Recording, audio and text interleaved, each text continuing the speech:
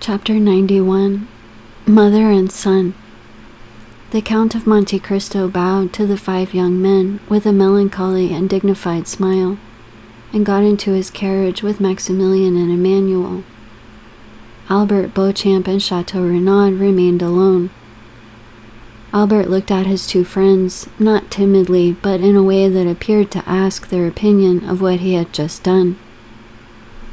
"Indeed, my friend," said Beauchamp first, who had either the most feeling or the least dissimulation, "allow me to congratulate you.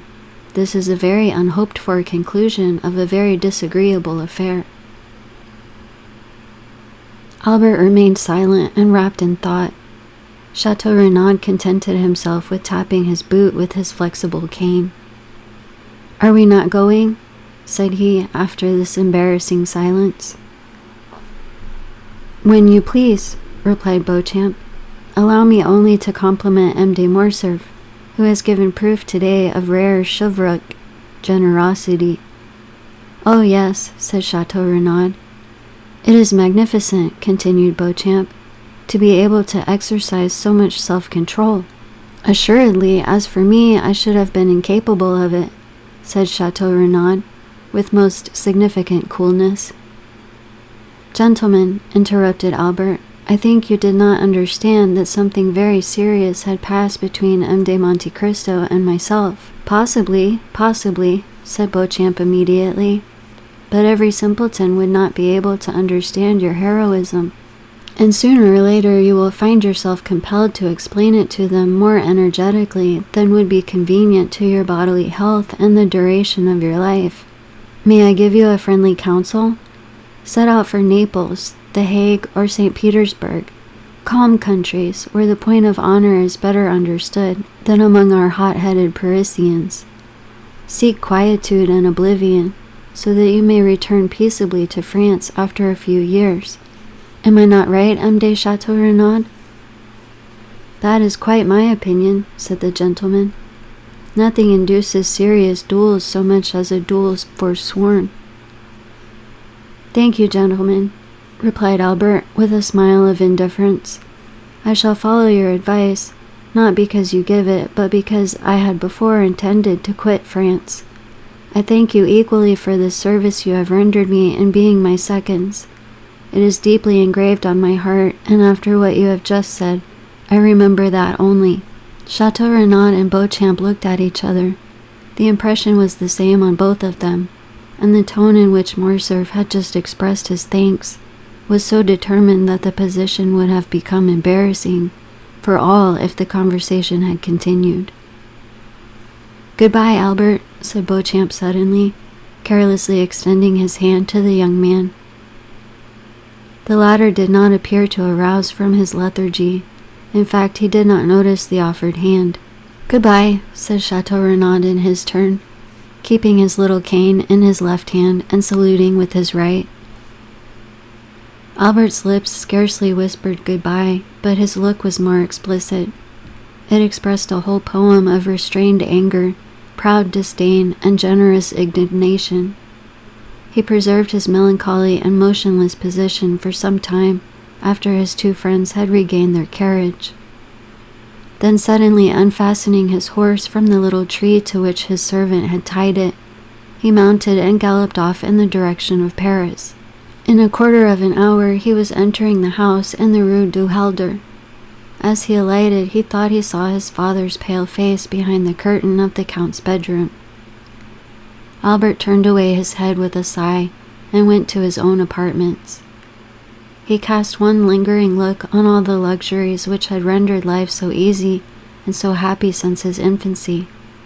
He looked at the pictures, whose faces seemed to smile, and the landscapes, which appeared painted in brighter colors.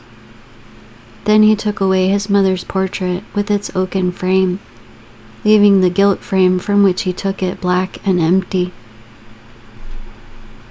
Then he arranged all his beautiful Turkish arms, his fine English guns, his Japanese china, his cups mounted in silver, his artistic bronzes by Feuchers and Barry, examined the cupboards and placed the key in each, threw into a drawer of his secretary, which he left open, all the pocket money he had about him, and with it the 1,000 fancy jewels from his vases and his jewel boxes.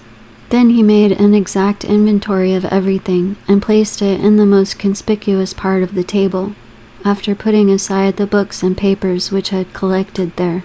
At the beginning of his work, his servant, notwithstanding orders to the contrary, came to his room. "What do you want?" asked he, with a more sorrowful than angry tone. "Pardon me, sir," replied the valet. "You had forbidden me to disturb you, but the Count of Morcerf has called me." "Well," said Albert, "I do not like to go to him without first seeing you."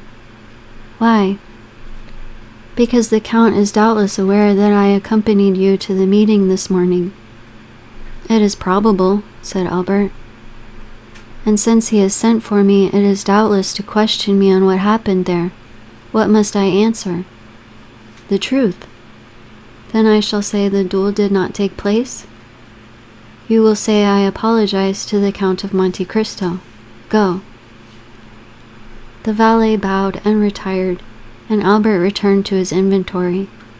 As he was finishing this work, the sound of horses prancing in the yard, and the wheels of a carriage shaking his window attracted his attention. He approached the window and saw his father get into it and drive away.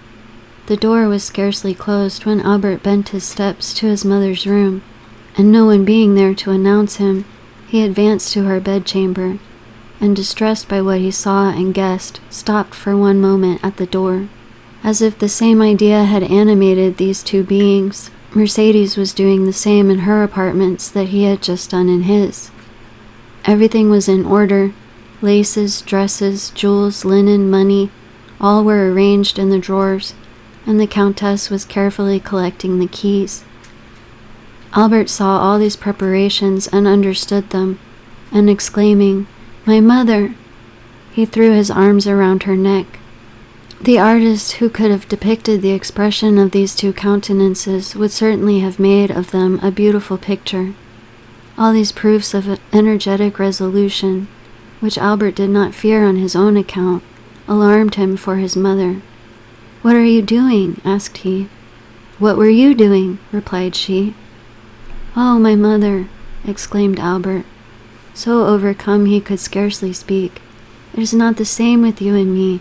You cannot have made the same resolution I have, for I have come to warn you that I bid adieu to your house, and to you."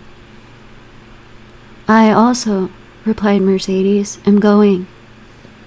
And I acknowledge I had depended on your accompanying me. Have I deceived myself?" "Mother," said Albert with firmness, "I cannot make you share the fate I have planned for myself. I must live henceforth without rank and fortune, and to begin this hard apprenticeship I must borrow from a friend. The loaf I shall eat until I have earned one. So, my mother, I am going at once to ask Franz to lend me the small sum I shall require to supply my present wants."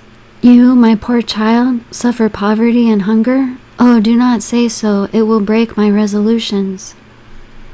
"But not mine, mother," replied Albert. "I am young and strong. I believe I am courageous, and since yesterday I have learned the power of will.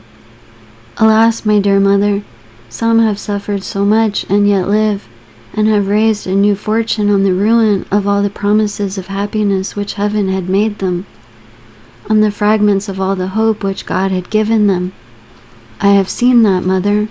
I know that from the gulf in which their enemies have plunged them, they have risen with so much vigor and glory, that in their turn they have ruled their former conquerors and have punished them. No, mother, from this moment I have done with the past, and accept nothing from it, not even a name, because you can understand that your son cannot bear the name of a man who ought to blush for it before another." "Albert, my child," said Mercedes, "if I had a stronger heart, that is the counsel I would have given you. Your conscience has spoken when my voice became too weak. Listen to its dictates. You had friends, Albert. Break off their acquaintance. But do not despair. You have life before you, my dear Albert, for you are yet scarcely 22 years old, and as a pure heart like yours wants a spotless name, take my father's. It was Herrera. I am sure, my dear Albert, whatever may be your career, you will soon render that name illustrious. Then, my son, return to the world still more brilliant because of your former sorrows. And if I am wrong, still let me cherish these hopes, for I have no future to look forward to. For me the grave opens when I pass the threshold of this house. I will fulfill all your wishes, my dear mother, said the young man. Yes, I share your hopes. The anger of heaven will not pursue us, since you are pure and I am innocent. But since our resolution is formed, let us act promptly. M. de Morcerf went out about half an hour ago. The opportunity is favorable to avoid an explanation. I am ready, my son, said Mercedes. Albert ran to fetch a carriage. He recollected that there was a small furnished house to let in the Rue de Saint-Pierre, where his mother would find a humble but decent lodging, and thither he intended conducting the Countess. As the carriage stopped at the door and Albert was alighting, a man approached and gave him a letter. Albert recognized the bearer. From the Count, said Bertuccio. Albert took the letter, opened and read it, then looked round for Bertuccio, but he was gone. He returned to Mercedes with tears in his eyes and heaving breast, and without uttering a word he gave her the letter. Mercedes read, Albert, while showing you that I have discovered your plans, I hope also to convince you of my delicacy. You are free. You leave the Count's house, and you take your mother to your home. But reflect, Albert, you owe her more than your poor noble heart can pay her. Keep the struggle for yourself. Bear all the suffering, but spare her the trial of poverty, which must accompany your first efforts. For she deserves not even the shadow of the misfortune which has this day fallen on her. And Providence is not willing that the innocent should suffer for the guilty. I know you are going to leave the Rue du Helder without taking anything with you. Do not seek to know how I discovered it. I know it, that is sufficient. Now listen, Albert. 24 years ago I returned, proud and joyful, to my country. I had a betrothed, Albert, a lovely girl whom I adored, and I was bringing to my betrothed 150 louis, painfully amassed by ceaseless toil. This money was for her, I destined it for her, and knowing the treachery of the sea, I buried our treasure in the little garden of the house my father lived in at Marseille, on the Allée des Milhan.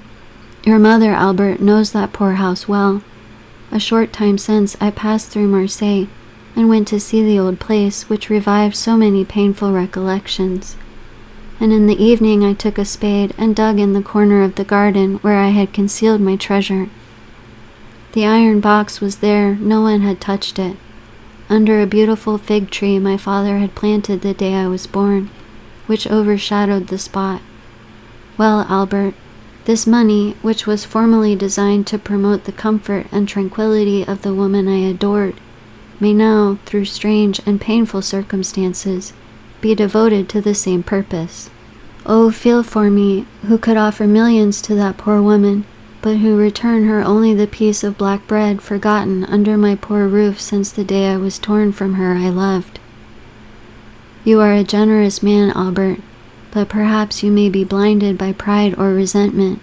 If you refuse me, if you ask another for what I have a right to offer you, I will say it is ungenerous of you to refuse the life of your mother at the hands of a man whose father was allowed by your father to die in all the horrors of poverty and despair. Albert stood pale and motionless to hear what his mother would decide after she had finished reading this letter. Mercedes turned her eyes with an ineffable look towards heaven. I accept it, said she. He has a right to pay the dowry, which I shall take with me to some convent. Putting the letter in her bosom, she took her son's arm, and with a firmer step than she even herself expected, she went downstairs.